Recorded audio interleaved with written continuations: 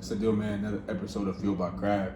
And if this is how WWE is kicking off the road to WrestleMania, we're definitely in good hands and definitely in for a good watch this upcoming WrestleMania season. As you can tell by the title of this video, this is my Monday Night Raw review leading up to the road to WrestleMania.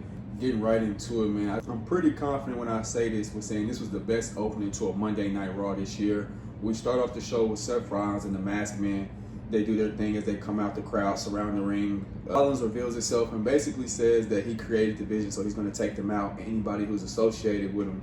And Paul Heyman did a really good job at kind of selling the curb stomping and chair shot that he took from Seth Rollins a few weeks ago. Had the red eyes, looked like he's been crying. Brock Lesnar comes out.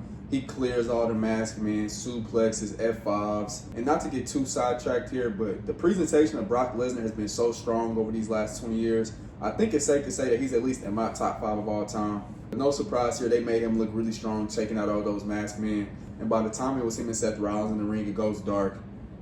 Obafemi walks out, which is something that Twitter has been predicting for a while now. And I honestly think that Triple H and the creative team called it audible, and probably because Obafemi and Brock Lesnar was like the best match for both guys.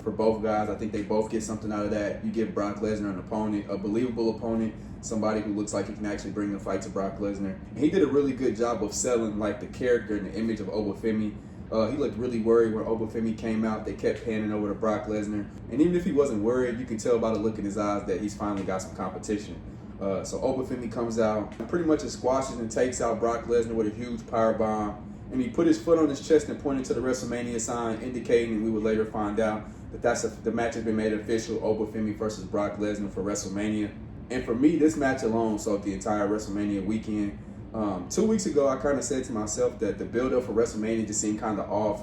The hype for Royal Rumble really wasn't there. The hype for Elimination Chamber really wasn't there for me. But they're really executing the build-up for this WrestleMania. And I think that open segment was just a sneak peek of some of the big moments and big matches we'll get at WrestleMania.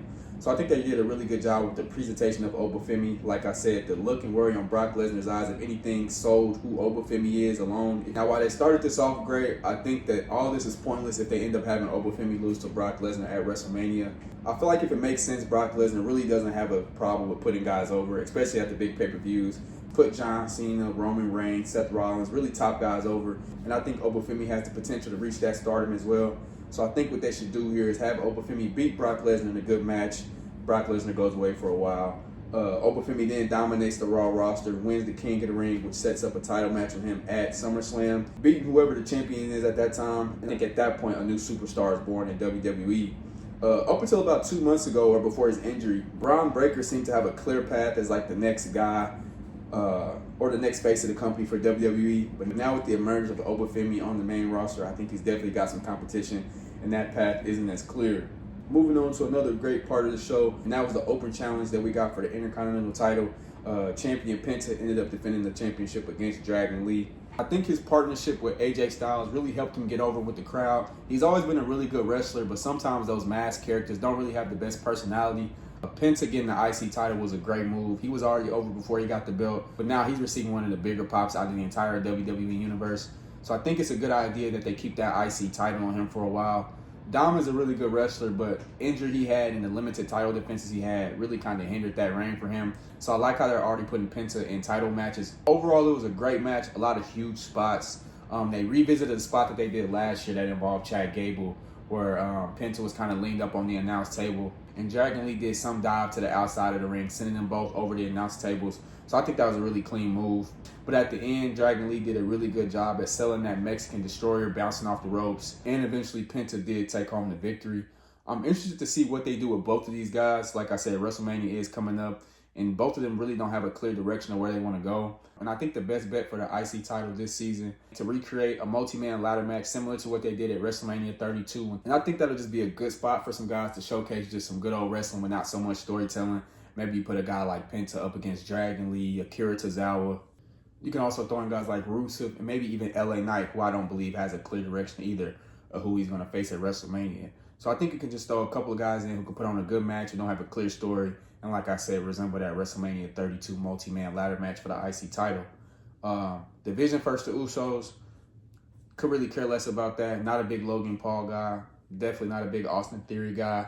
And honestly, I'm just more interested in the Usos and the ties they have in this Roman Reigns CM Punk feud.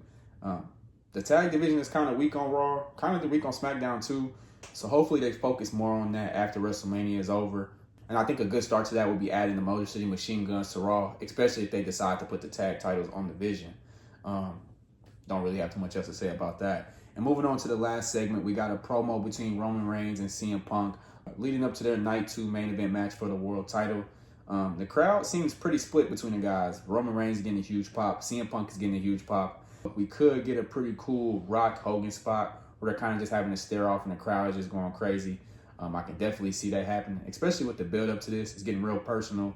CM Punk finally snapped out on Roman after getting called old. So he showed some edge. Roman Reigns is showing that he's playing the mind games thing with CM Punk. So it's just getting a lot of layers added onto this story. And I think it'll be a really good main event for Night 2. Like I said, man, the road to WrestleMania is really heating up. They're doing a really good job at putting some of these matches together. I think they got a few holes to plug in, but we got about 3 or 4 weeks left. So we got plenty of time to build up some rivalries or some matches for the upcoming WrestleMania. Let me know what you guys think about this. Let me know the matches you guys are most excited to see. Appreciate you guys for watching.